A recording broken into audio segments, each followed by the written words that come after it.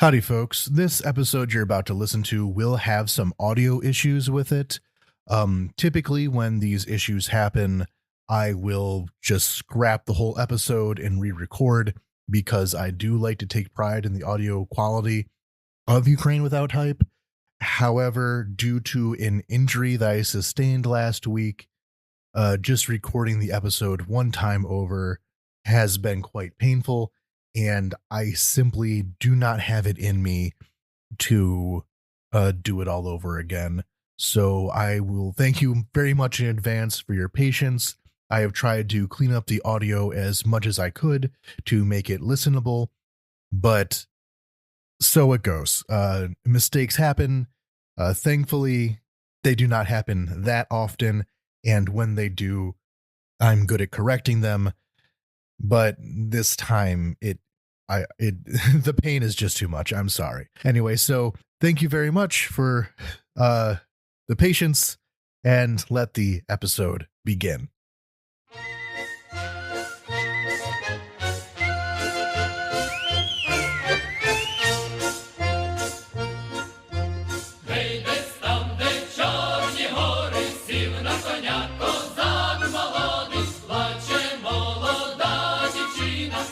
Hello and welcome to the April 29th edition of Ukraine Without Hype. I am Anthony Bardaway. Just a heads up, I may be sounding a bit nasally this episode. About a week ago, I kind of broke my face a bit by crashing a scooter, and this is about one of the first days that my nose is not completely swollen shut. So there are still some lingering damage there that probably makes me sound very odd. I hope it doesn't come through too much. But funnily enough, that happened on Easter Sunday, which allows me to transfer into a solid introduction here of wishing everyone a happy set of spring holidays.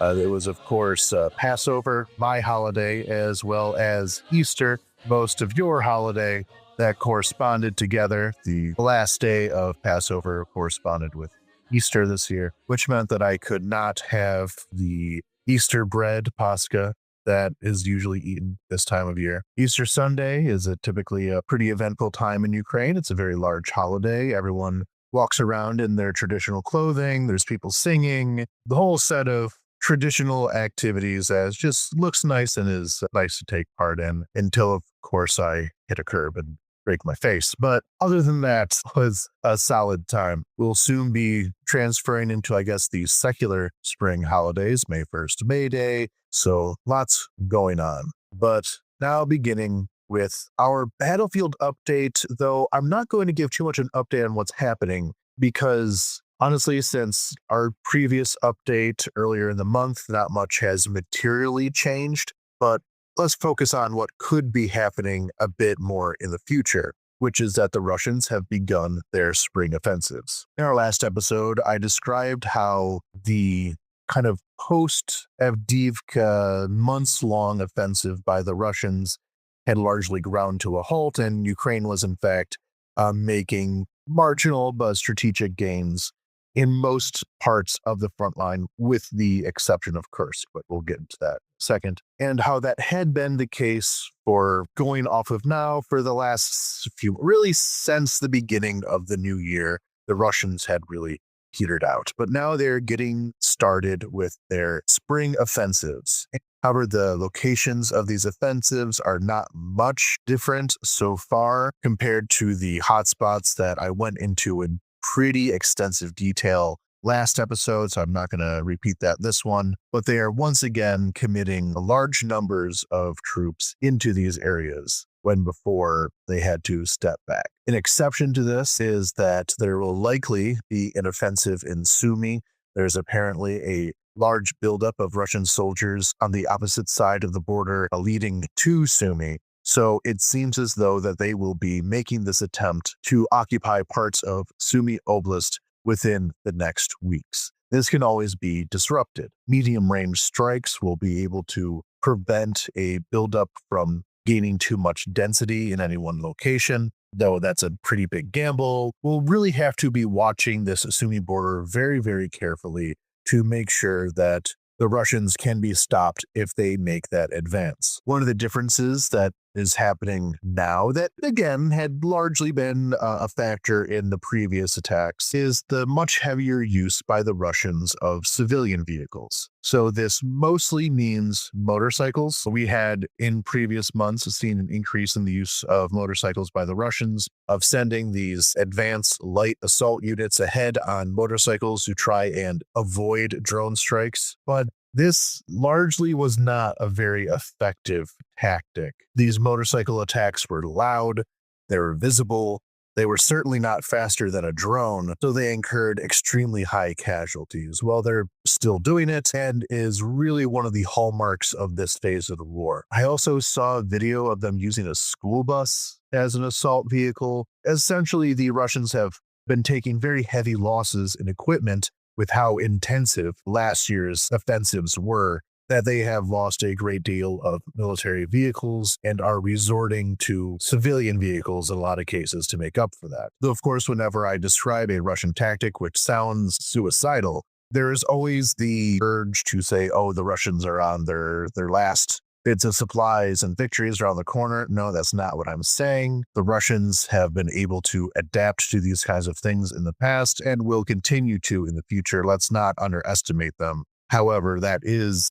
a very noticeable trend that we are seeing. And to speak on Kursk, the occupied region of Russia, the Russians had now claimed that they have fully expelled Ukrainian soldiers from the Kursk region. And this is not true. In our last episode, we described how Ukraine had largely left Kursk region. The retreat was pretty extensive, but still holds on to a strip of territory on the Russian side of the border that they have not been dislodged from, that is really not in much risk of being surrounded or anything like that, and is fairly defensible, especially considering the fact that Russia is going to be attacking over this border at some point anyway. There isn't much reason to give up any strategic positions or defensive lines along that border if it's just going to be turned into a battlefield again sometime soon. It's not like if Ukraine disengages from this Kursk border, then the fighting will stop. We know it won't. We know that's the next target. Might as well make sure that it remains defensible. But the reason why Russia made this declaration that they have fully liberated Kursk from the Ukrainians is that Victory Day is right around the corner, May 9th. The anniversary of when Germany surrendered in World War II. Now, this is often celebrated on May 8th in much of the rest of Europe, and that just comes down to how time zones work. When the Germans surrendered, it was May 9th in Moscow and May 8th, rather, in Western Europe. So that's why there's a difference in the Victory in Europe Day and the Russian version of Victory Day. But point being, the Russians really, really, really wanted to have a victory over the Ukrainian Nazis in time for this year's Victory Day. It's a very symbolic day. That's when they set their timeline for, and so they're just lying to say that they accomplished that. This has been a running problem for the Russians, where they would declare that they were able to take a territory, or not even a very large one. They were able to take a barn, take a tree line, take a mine, something, and say that they did it before they actually were able to do it because of pressure from the higher-ups. And then because they might have made this premature declaration, it would mean that they would not receive new resources or even new support or artillery support in that area, because apparently they already accomplished their task, so why do we need more stuff given to them? And this has been a major source of Russian casualties, tendency to prematurely declare victory. Now it comes down to how seriously the Russian command is taking this lie. Are they supposed to actually believe that they retook the entirety of Kursk Oblast? If so, and they are making this premature declaration, that means that they will be in a weaker position for further offensives in the Kursk-Sumy area in the future. If they don't actually believe it, then it's just going to be a churn of when they actually take something or some village that Ukraine still holds. What, are they going to say that they liberated something they already liberated?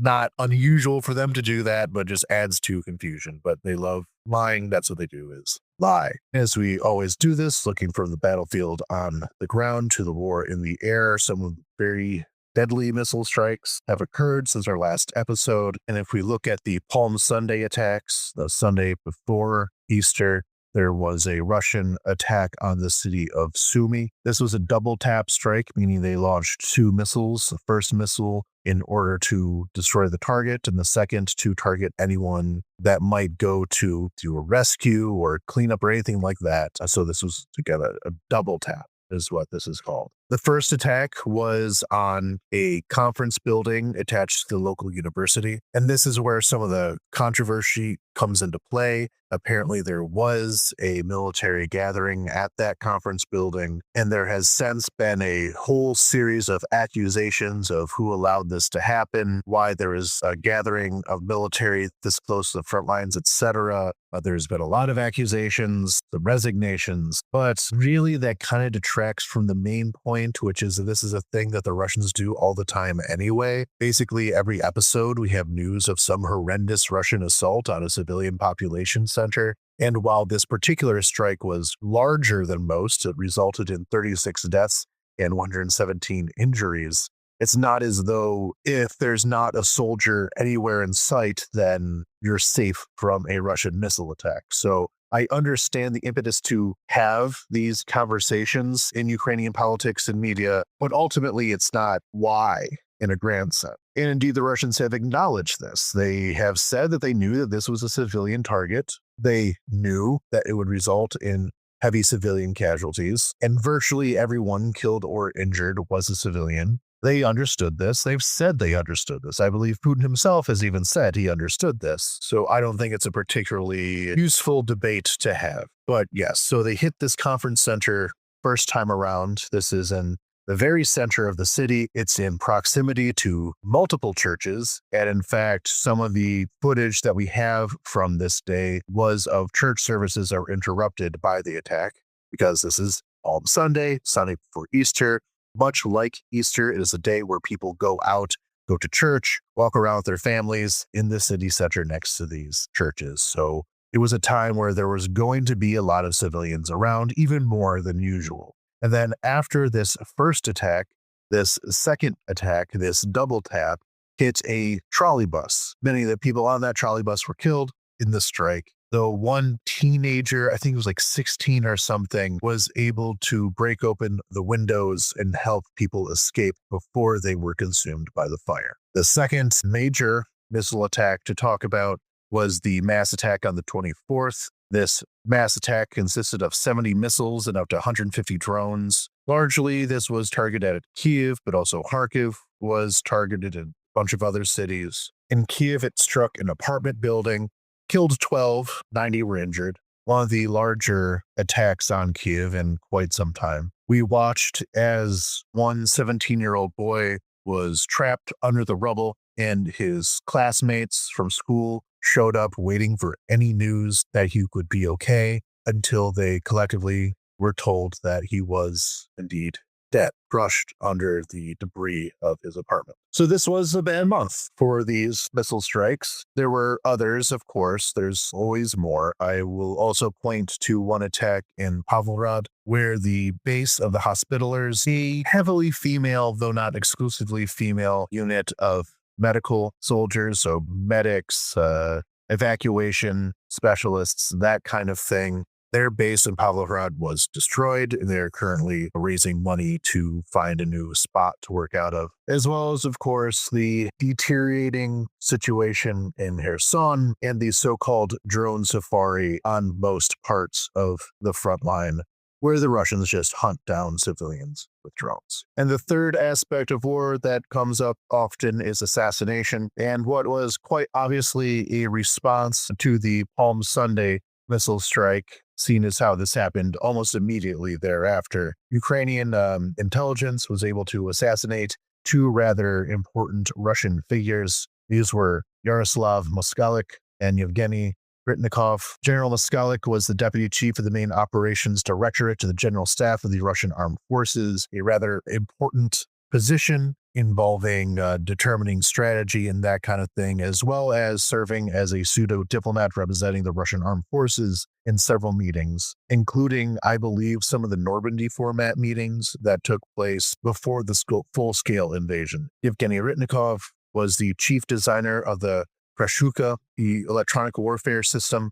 This is a system that is placed on Russian aircraft to disrupt Ukrainian drones, drone defense, that kind of thing. Electronic warfare is to basically shut down the electronics of the enemy's stuff that has electronics on it. He is a fairly important designer of this system, one of the more advanced systems in the Russian electronic warfare arsenal. So again, a fairly important figure in the Russian war effort.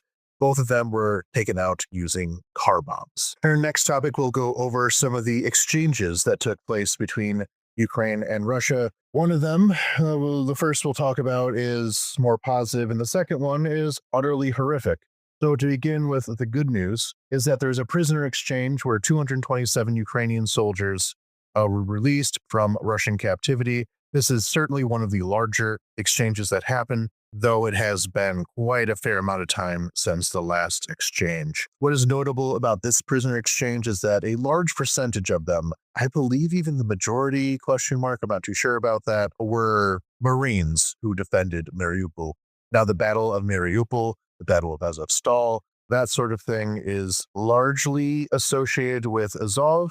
However, Azov were not the only unit there. The Marines made up a significant part of the forces there. So these Marines who had been defending Mariupol and have been rotting away in Russian prison camps ever since then are now free to return to their families and receive some very, very needed rehabilitation, mental and physical. This other exchange, though, really makes my skin crawl, and that is the repatriation of the body of Victoria Roshchyna. We've been covering the Roshchyna case since it started, when she first disappeared. She's a very accomplished journalist in Ukraine, worked for Gramadsky, among others, and long-term listeners of this podcast may be aware that this was originally attached to Gramadsky before going independent. So there is some connection here. Romeo used to work for them. I did not.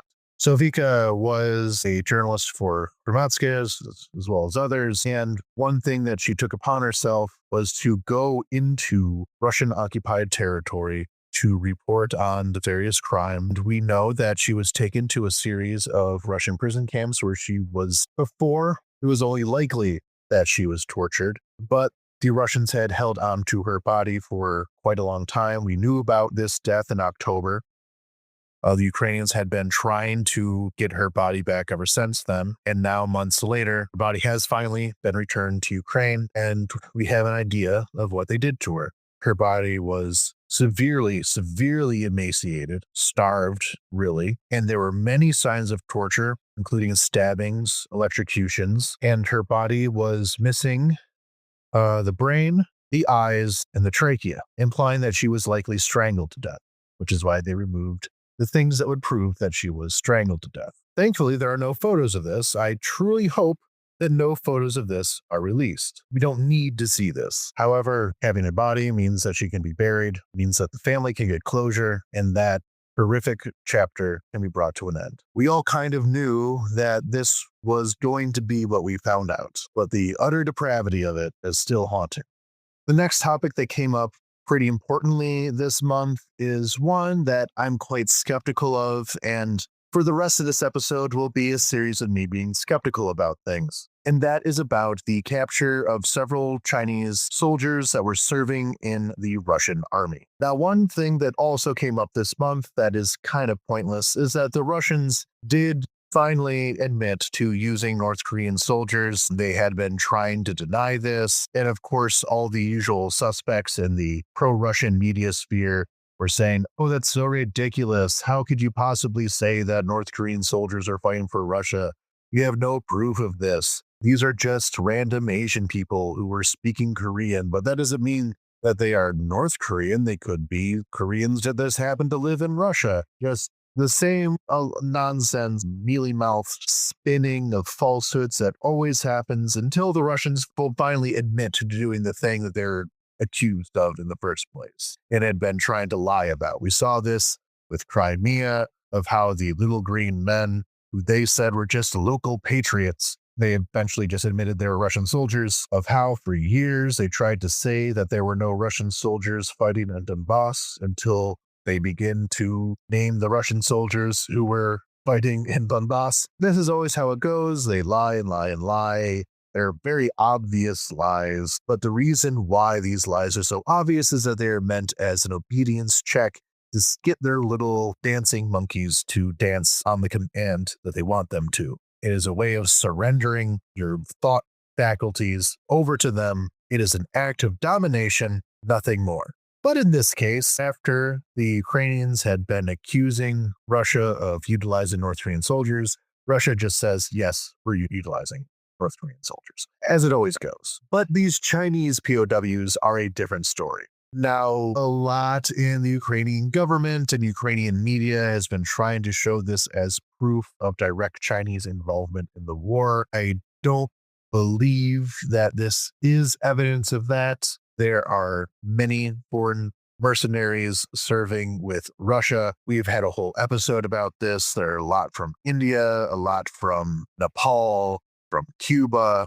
It does not mean that these governments are directly involved. And everything I've seen from these handful of Chinese POWs is the same story. They were poor people who were offered a salary by the Russians and were given some misleading information about how they could accomplish that. That said, while I am being very contrarian about this being proof of Chinese soldiers fighting for Russia, because there are Chinese soldiers fighting for Ukraine. Like, there are Chinese volunteers here. It doesn't mean China is on the side of Ukraine against Russia. Same thing, basically. However, there is some unconfirmed but credible information that there are Chinese observers embedded with the Russian military, not on the front, not fighting, but in the back, watching, learning. And this makes complete sense. The Russia-Chinese relationship is not what I would call allies, but they do work together quite well. And if China has an opportunity to watch the tactics and equipment of their potential enemies, they're going to take it. We do know that the Chinese are one of the major exporters that are really, they are keeping the Russian economy alive to a large extent. It has not worked out fully well. The Russians have not been able to sell the Chinese the amount of natural gas in the quantities that they would have wanted to, but Chinese firms don't care that much about the sanctions and are more than happy to help them evade sanctions. And so in addition to this economic cooperation and this indirect higher scale or bird's eye view level military cooperation, China is certainly helping Russia quite a lot. I'm just trying to steer away from this presentation of the Chinese army being directly boots on the ground involved. That's just my take on that. However, there is yet another volunteer in the Russian armed forces that gained attention this month. There's one Michael Gloss, 21 years old, an American, who went off to join the Russian army. I've really been scratching my head at all this. So Michael was what we would call a tanky. He was a communist of one variety or another. We know that he was a hippie, and the timeline here is what is most confusing to me. Apparently, he had pro-Ukrainian sympathies up until the point where he went to a hippie gathering in Crimea, and that is where he changed his mind. That's kind of the official story, as how his parents are kind of presenting it. But Crimea isn't easy to get to. Like, you don't stumble your way into Crimea. You're not walking around Europe one day with a bunch of your fellow backpackers getting drunk across the continent and like you fall asleep on the bus one day and wake up in Crimea. That's not how that goes. There's no casual trips to Crimea. He had to deliberately make the choice to go there, which required him to have some inkling of Russian sympathy before that. So that's an obvious contradiction in the family's presented story that raises this up. However, the other contradiction in this story that is very confusing, I'm not going to say contradiction, but thing that doesn't make sense in this story is that his parents, well, his father was the deputy chief of the CIA. He's the son of a spook. a high-level spook, a deputy director in the CIA. That's a high-level asset that the Russians would love to get a hold of. However, Michael was not protected. He was not kept in the back. He was not used for propaganda purposes. He was not used as a media rep. No, he was attached to an assault unit. According to his messages, this assault unit was used to get behind Ukrainian positions and call in artillery. And we know that he died in an artillery strike. Very suspicious. Did he call in his own artillery strike and then killed by a drone that finished him off after it took out the others that he was with? The way that he was used was as assault fodder, just meat for the grinder. But he's the son of a high-level member of the CIA, so they were not aware of who he was. They were aware of who he was, they would have used him, or maybe they're aware of who he was, and because of that, they wanted to just kind of insult the Americans further by killing the son of one of their head spies. They wanted him dead, or at least to ritually humiliate the American. But also his family. He's an adult, sure. He's 21. Sure, when I was 21, I was 22. I was kind of scooting around Europe, but I feel as though the family of a CIA agent, they would be aware of what he was doing and find a way to not send their son. And this obituary was discovered because he had died the year previous, and it was not until several months later that his family learned out about his death.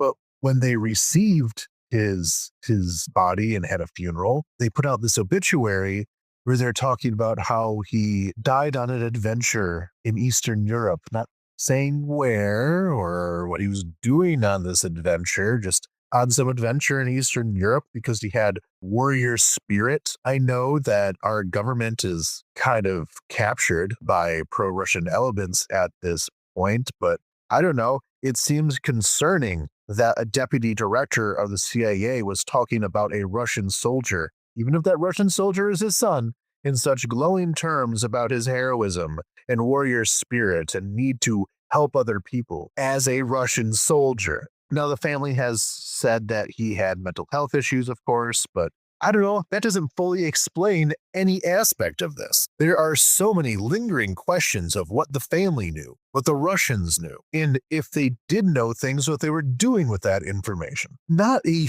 huge item, I believe. Sheltered kid from America goes off on an adventure, got a bit of T.E. Lawrence syndrome, and getting eviscerated on a battlefield fighting for the cause of fascism while claiming to be an anti-fascist. We've kind of seen this story before. But what's going on with the CIA in this? I don't believe that we will be receiving a satisfactory answer to many of these questions. There's already been some investigations into his backstory. Some more nodes have been found out, but really he was a 21-year-old. There wasn't that much information to find.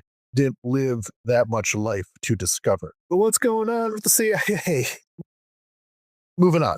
Okay, moving on. And that's to, I believe, our titular segment here, which is the development of the negotiation process. Well, the non-development, because there is no negotiation process. There is no ceasefires. There's nothing. There's nothing except what is being insisted upon by the U.S. government and by extremely gullible reporters. But that said, what can we say about this negotiation? Well, we know that Ukraine agreed to a ceasefire. This was what we were talking about last episode about how there were no ceasefires. Ukraine agreed to a ceasefire.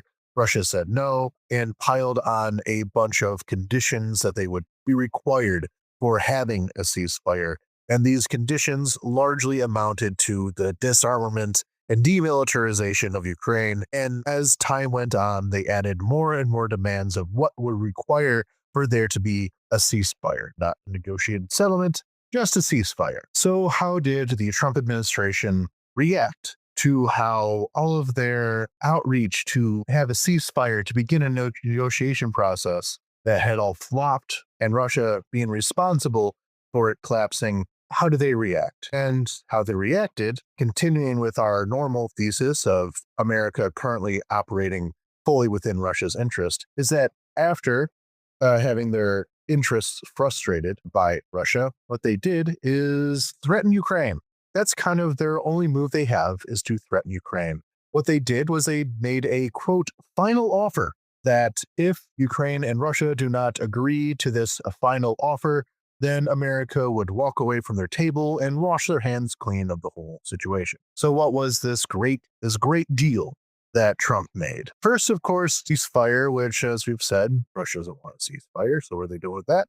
Second point, Ukraine may join the EU, but not NATO, with some vague hintings at a security guarantee of some kind, but this security guarantee would not involve any form of alliances or any actual guarantees, so just empty, hollow words. The third one is the one that got the most attention, was that America and Ukraine and everybody would recognize the annexation of Crimea. This is a red line. If at whatever point this war comes to an end with a negotiated settlement, there is the possibility that Ukraine would cede at least de facto authority over some of the occupied territories. But what absolutely, positively cannot be done under any circumstances is for Ukraine to recognize the annexation of anything, including Crimea. Non-recognition of annexations is not an unusual stance to take. There are all kinds of border disputes around the world. There's all kinds of territory that various countries do not admit are part of one country or another, depending on what side of the conflict they may be on. Serbia does not like to recognize Kosovo. A lot of countries don't recognize Kosovo. A lot of countries don't recognize Israel. A lot of countries don't recognize a lot of things. But recognition is such a powerful act. It's a way of saying that Ukraine will never, under any circumstances, get this territory back, when the plan up until this point, so we really need to be clear here. Ukraine did not have the possibility to militarily retake Crimea at any point during this war. It is unlikely to gain that ability at any point in the foreseeable future. Other offensives into Russian-held territory have been successful, territory has been retaken, cities liberated, etc. Crossing a narrow isthmus into Crimea under constant aerial bombardment, artillery fire, drones, not to mention the landmines being funneled into this tiny area, is essentially impossible. The Ukrainian government has long recognized that. Zelensky has recognized that. And not just recently, though he did say so recently, but going way back, this was acknowledged that the way to get Crimea back would always be a political and diplomatic process revolving around sanctions, education, that kind of thing. There can be no recognition of the validity of the concept of conquering territory through war. And especially Ukraine can't do that when talking about its own territory. The fourth point is, I guess, better for Ukraine, so thanks for this handout. Ukraine would regain control of the Zaporizhzhia nuclear power plant. Great, but that would then be accompanied by handing control of the nuclear power plant over to American control. And then finally, the one that I think we all saw coming, not only the end of sanctions against Russia, but increased economic cooperation between Russia and America, forging those economic, political, and diplomatic ties, making Russia a friend of the U.S. Now, everyone rejected this final offer deal. Ukraine obviously rejected this deal for the reasons I explained, mostly focusing on Crimea. Russia rejected this deal because it involved having a freeze of the line of contact, and Russia's minimum war goals are well beyond what the current front lines are. They want the entirety of Kherson, Zaporizhzhia, Donetsk, Luhansk, and Crimea. All of it. All of it. And the only one of those regions that they control 100% of is Crimea. Russia wants the city of Zaporizhzhia, the city of Kherson, Sloviansk, Kramatorsk, all of these cities that they have not been able to take, they want handed over to their control because, according to their logic, that has all been annexed by Russia, and Russia cannot give up its constitutional territory, even if that constitutional territory has never been under their control in the first place, such as Zaporizhzhia. They have not met their territorial goals and therefore will not stop the war until they reach those territorial goals. And the Trump plan did not allow for that.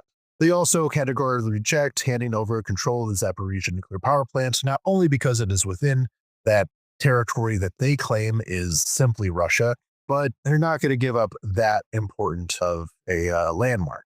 They know it freaks people out. And meanwhile, the Europeans got wind of this plan. This was not officially released yet. This is a leaked plan. But the Europeans heard about it and they all at the same time said, no, we are not going to recognize Crimea. We are not going to end sanctions. So everybody said no to this plan, honestly, before it even was officially published. Like I said, this was a leaked document that we know about. And so the Trump negotiators scurried off with their tail between their legs, having been thoroughly humiliated by absolutely everybody that was relevant to this conversation. This was supposed to be unveiled in London, and they left before they officially unveiled it. And instead, the Europeans, along with Ukraine, presented their own ceasefire plans. And this is a long one, so I'm going to try not to make too many pauses to explain much, because there's a lot of points to this plan. So here's the European plan to have peace and end the war. Step 1, ceasefire.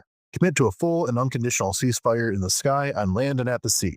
Both sides immediately enter into negotiations on technical implementation, the participation of the U.S. and European countries. This is in parallel to preparation of the agenda, modalities for the full peace deal. Ceasefire monitoring, led by the U.S. and supported by third countries. Russia must unconditionally return all deported and illegally displaced Ukrainian children, exchange all prisoners of war, and release all civilian prisoners. All for all. This is one point I will stop on: unconditionally return all deported and illegally displaced Ukrainian children. There are thousands of children that Russia kidnapped from Ukraine that they have no intention of ever returning. They want to raise Ukrainian children to be Russian and someday take up arms against their own families in Ukraine. This is one of Ukraine's most important demands to end the war, is for the return of the kidnapped children, and one that honestly I don't see ever happening. Next segment, security guarantees for Ukraine. 1. Ukraine receives robust security guarantees, including from the U.S., in an Article 5-like agreement, while there is no consensus among allies on NATO membership. Bummer. 2. No restrictions on the Ukrainian defense forces. Russia wants to essentially demilitarize Ukraine. That's one of the stated war aims of the Russians, is that for Ukraine not to have a military to defend itself with. This peace deal says no restrictions. 3. The guarantor states will be an ad hoc group of European countries and willing non-European countries. There will be no restrictions on the presence, weapons, and operations of friendly foreign forces on the territory of Ukraine. Another thing that Russia has said that they would not allow peacekeepers, they would not allow trainers, they would not allow anybody into Ukraine. They want Ukraine not to have a military. They want no other militaries to be present, with no guarantees of Ukrainian safety, because Russia wants to launch another war. And 4th, Ukraine pursues ascension into the European Union. Next segment on territory. 1. Territorial issues will be discussed and resolved after a full and unconditional ceasefire. 2. Territorial negotiations start from the basis of the line of control. 3. Ukraine gains control of the Zaporizhzhia nuclear power plant. Again, same thing, with U.S. involvement, and also the Kakhovka Dam. And 4. Ukraine enjoys unhindered passage on the Dnipro River and control of the Kinburn Spit. The Kinburn Spit is a stretch of very narrow land that juts out from Kherson Oblast, though it is technically a part of Mykolaiv Oblast. That's just not physically connected to Mykolaiv. This Kinburn Spit controls access to the Dnipro River, and they want Russia to cede control of the Kinburn Spit so Ukraine can have full access to the Dnipro River. Allowing for economic export Ukraine is based around the Dnipro River. I wrote something on our Patreon about this before, and not having use of this river because the end of it is a bunch of Russian missiles has caused a lot of damage to the Ukrainian economy. Which brings us to our next segment, economics. 1. U.S. and Ukraine implement economic cooperation /minerals agreement. So something about this minerals agreement that's always talked about but never is elaborated on. Ukraine will be fully reconstructed and compensated financially, including to Russian sovereign assets that will remain frozen until Russia compensates damage to Ukraine. And 3. U.S. sanctions imposed on Russia since 2014 may be subject to gradual easing after a sustainable peace is achieved and subject to resumption in the event of a breach of the peace agreement. So, of course, any peace agreement will be accompanied with the easing of sanctions on Russia. However, under the Trump plan, that's just a blanket removal of these Russia sanctions, while the Europeans and Ukrainians envision it as part of a process of peace building. And of course, Russia said no to all this as well. This is a pretty ideal peace arrangement, which should address everyone's concerns. But Russia is really just seeking the genocide of the Ukrainian people, are not interested in any of these other topics. And of course, Russia countered these other plans with its own plan, which is just what it has always been demanding: the demilitarization of Ukraine, the overthrow of its government, the annexation of their quote-unquote new territories, and overall being made into a subject vassal state of Russia, subject to future invasion. So that's now where we're at this negotiation process. Everyone has their plans laid out on the table, and no one really agrees to what these plans may be, because obviously what it comes down to is that Russia wants Ukraine to no longer exist, and Ukrainians would like to continue to exist. These are not complementary goals. There is no overlap between how those will work out. The only way for this war to end is for Ukraine to be eliminated as a people, I suppose, but also for Russia to scale back its demands to accepting that Ukraine exists. But that's impossible for them. The war ends when Putin dies. That's it. Again, this is this phantom episode I want to make about how negotiations work. I'm working on it, guys. I'm working on it. Which brings us to our last segment, which is this is really going to be more of a rant than anything else. I know that this is a pretty loosely structured episode on a otherwise loosely structured podcast series, but I'm just going to complain now. So get ready for that. And that is how Ukrainians have been interacting with the American right wing, both now and in the past, mostly now. So at the start of the month, we were getting news that a MAGA preacher named Mark Burns was coming to Ukraine. And in that bit of time before Easter, he met with a lot of religious leaders, some of the political leadership of Ukraine. He talked to a lot of Ukrainian media while he was here. And it was billed as Trump's spiritual advisor comes to Ukraine and changes his mind, and how he now supports Ukraine when before he used to believe all this Russian propaganda. And I'm saying this with all due respect to everyone who covered him, to everyone who interviewed him. Everyone got this wrong. The part of why everyone got this wrong is that Mark Burns is not Trump's spiritual advisor. He is a nobody. He was able to jump onto the Trump train very early on. Now, keep in mind that when Trump was running for president the first time, 2016, and he was going through the Republican primary process, and at that time, it was a very competitive process, it seemed.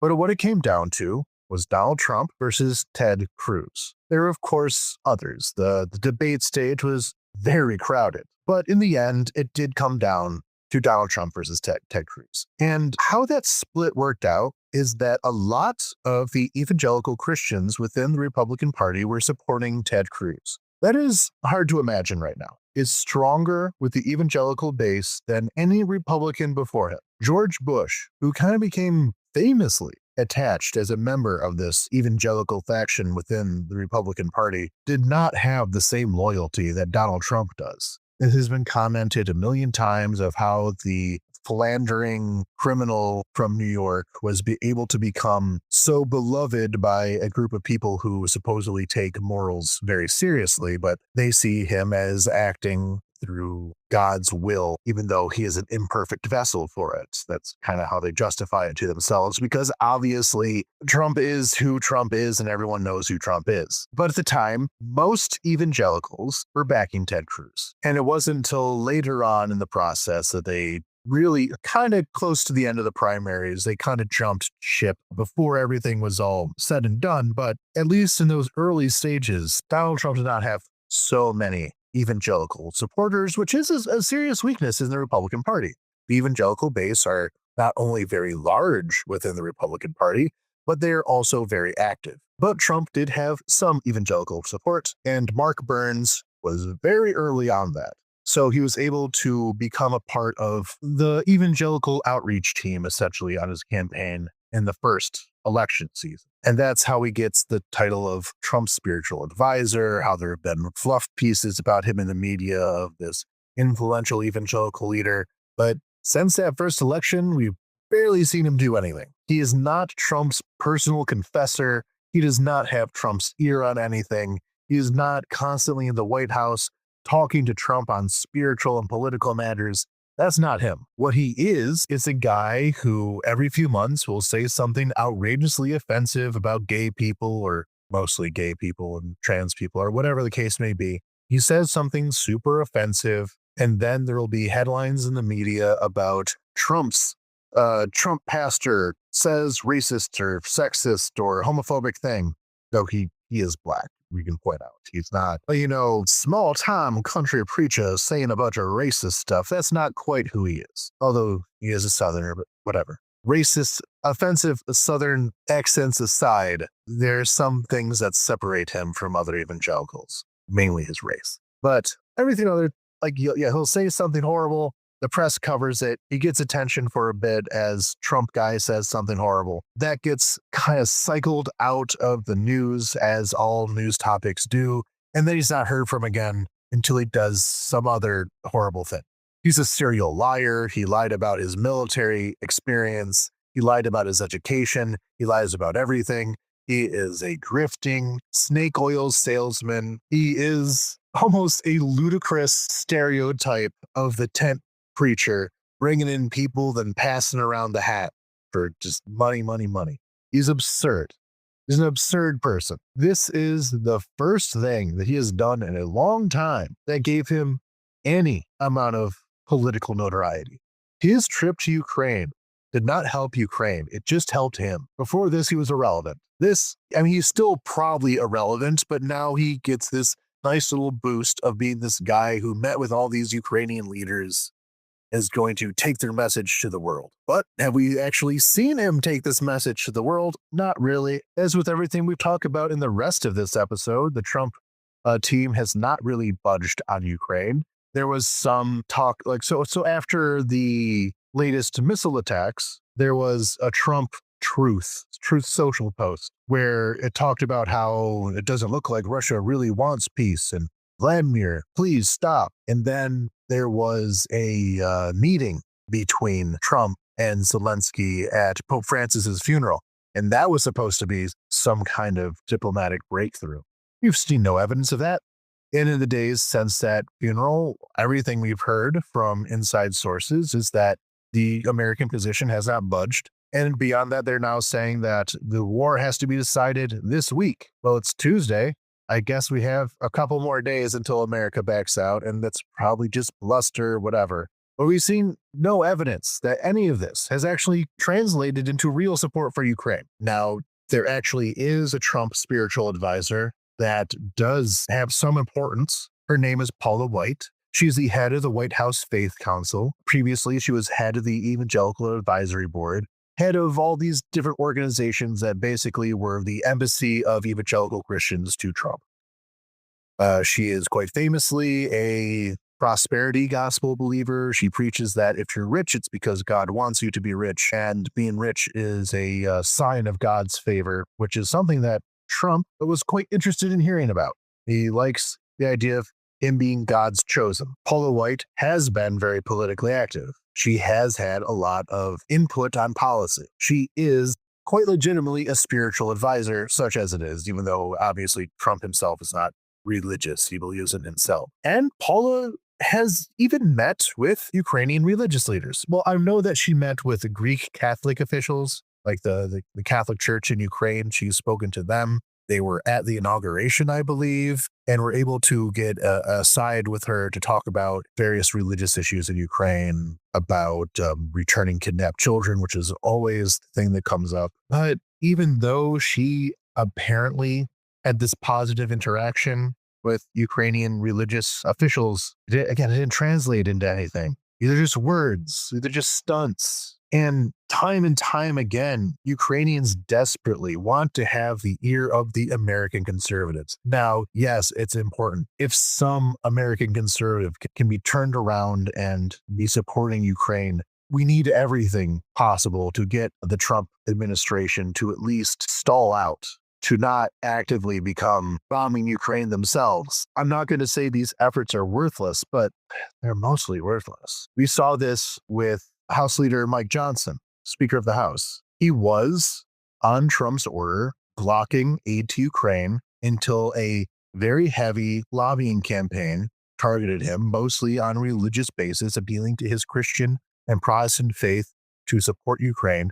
And he eventually gave in and ended the blockade on aid being sent to Ukraine. However, as soon as he got a single word otherwise, all that work, all those appeals to his faith, to his ideology, to his sense of decency and humanity went out the window immediately the instant Trump said otherwise. All pointless. This has happened time and time again, where before the current Trump administration, which might have more justifications for it, various Ukrainian media figures, really the Ukrainian political sphere, has been desperately wanting to win the favor of the Republicans, and the Republicans have not been interested. There's been no reciprocation there, really. And part of this is because the Ukrainian political establishment themselves are quite conservative. I've had bits and pieces of this rant before.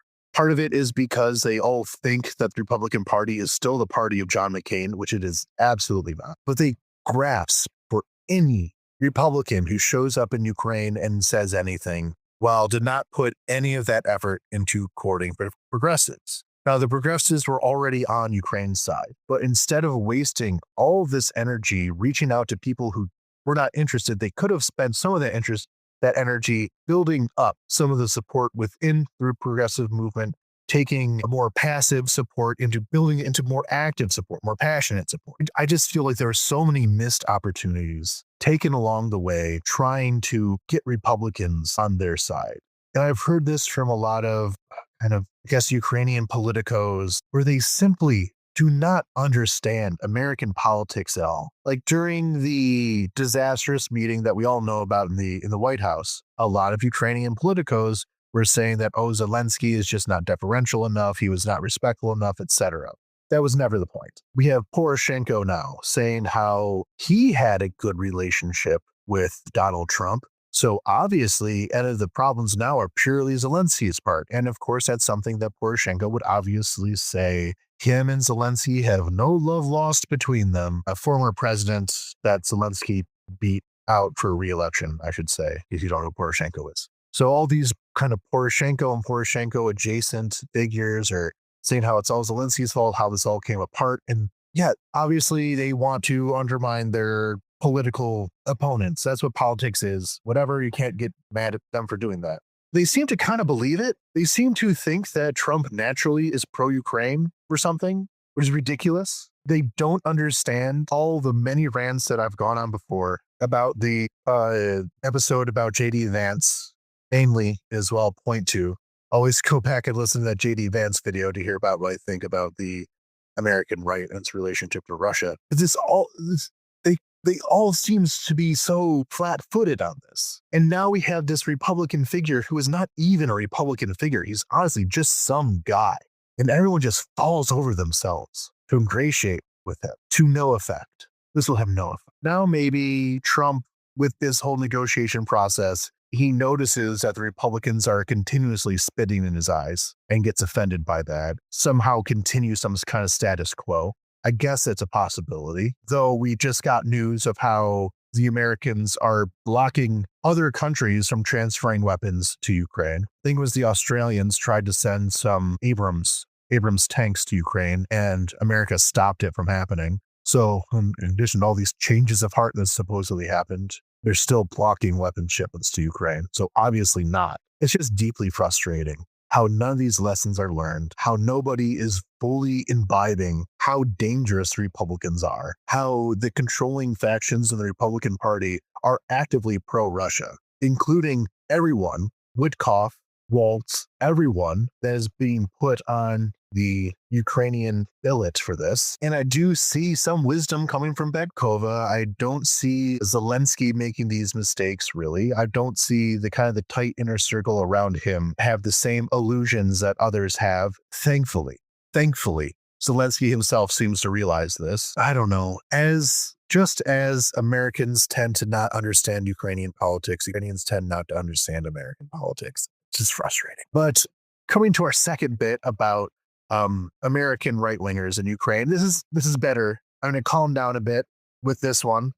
Ben Shapiro. And I never thought I'd say that Ben Shapiro gave me some kind of good news, but I guess he did. And that is, okay, I strongly dislike Ben Shapiro. I have forever, but credit where it's due, I guess. He came to Ukraine in order to interview Zelensky, and the whole purpose of this interview was answering various right-wing complaints about Zelensky. He asked him about, the accusations of religious persecution, accusations of suppression of free speech, try to bridge the gap between him and Trump regarding the famous White House meeting, and went beyond that to something that I think is important, that he was willing to call out particular members of the American right wing who were clearly operating in Russia's interests, especially Tucker Carlson. So, okay, good job. I just had a whole rant about not sucking up to American conservatives. I guess that's now what I'm doing for Ben Shapiro. Guilty as charged, but he did a good job with it. That said,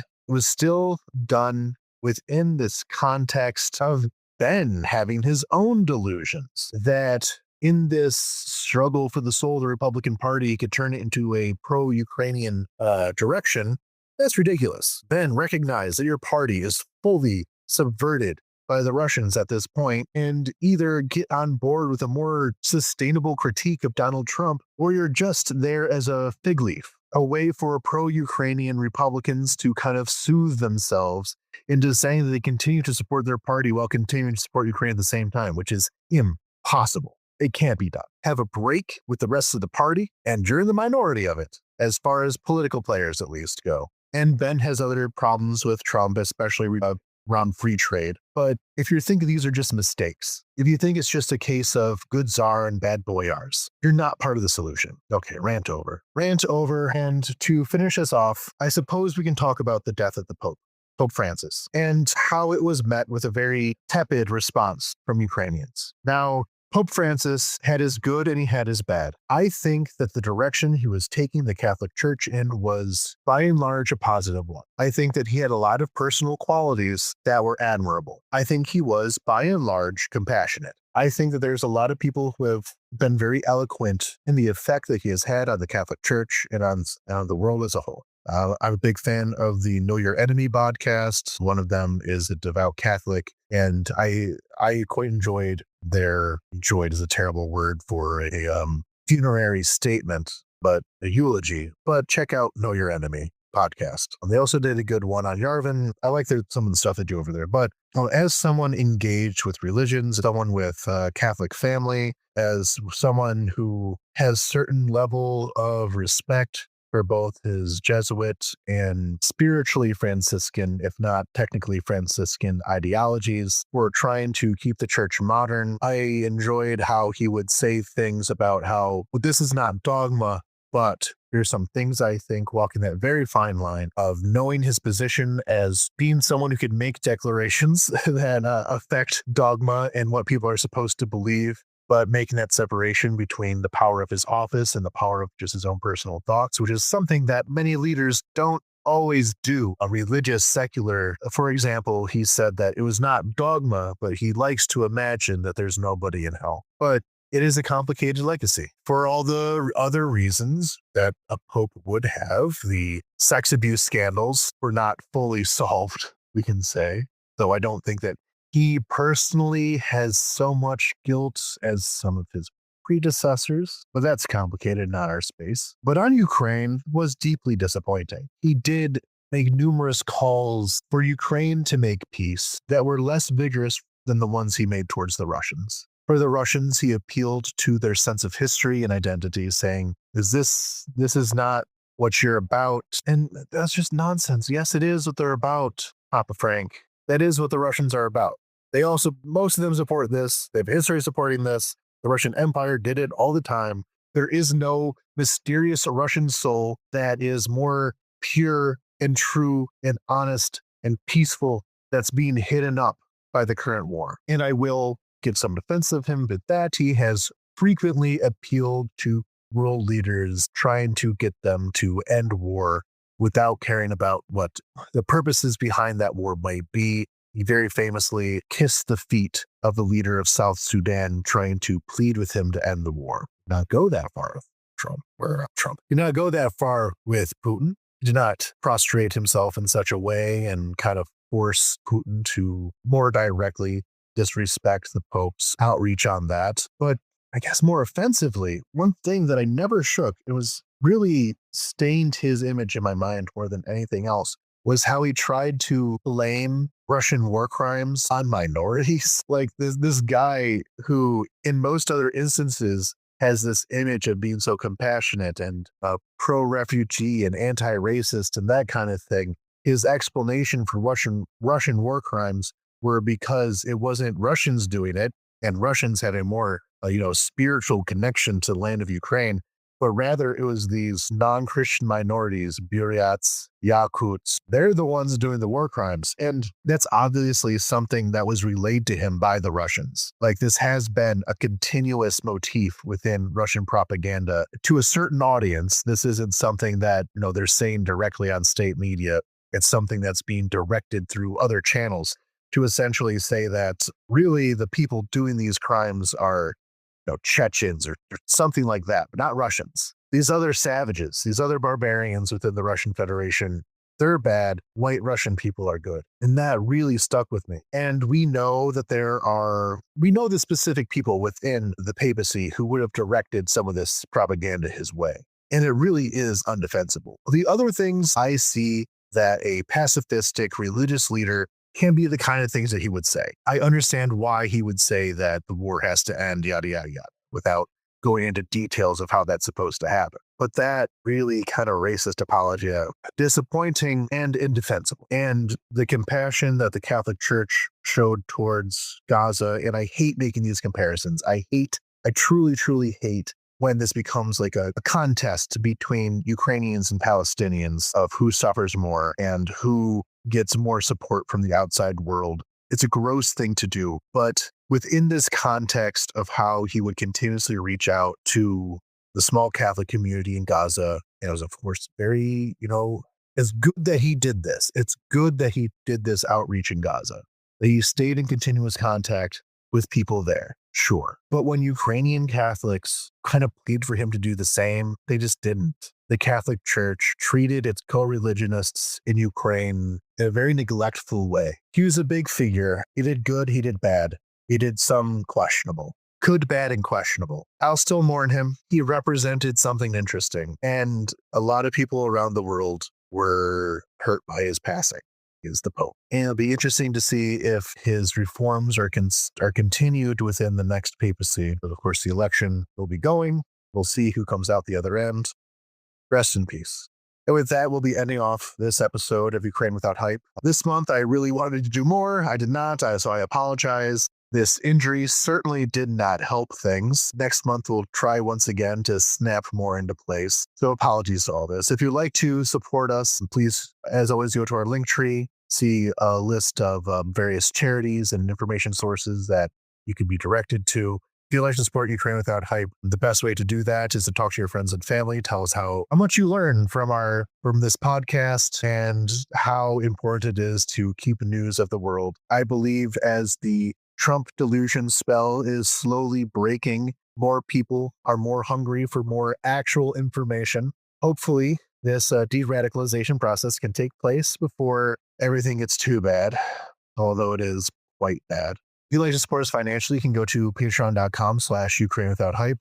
We can get these episodes as well as join our Discord server and contact us directly. I would also like to turn you to patreon.com/NVUA. New Voice of Ukraine is the main employer for Romeo and I have been doing some pretty great interviews, if I must say so myself. I'll soon be putting out an explanation on Christianity in Ukraine. I have an interview lined up with the Ukrainian Institute at Harvard about some of the problems that have arisen from the cutting of their funding over there, as well as the importance of Ukraine academia in the US. That will be coming up in, I believe, 2 weeks. Tomorrow will be my Christianity video. And previously, I did an interview with refugee support in the US. So please head over there. Please listen to those interviews. I believe I'll start posting them on our own Patreon, I don't think that will run into permissions issues. Was literally just me and doing them on either side.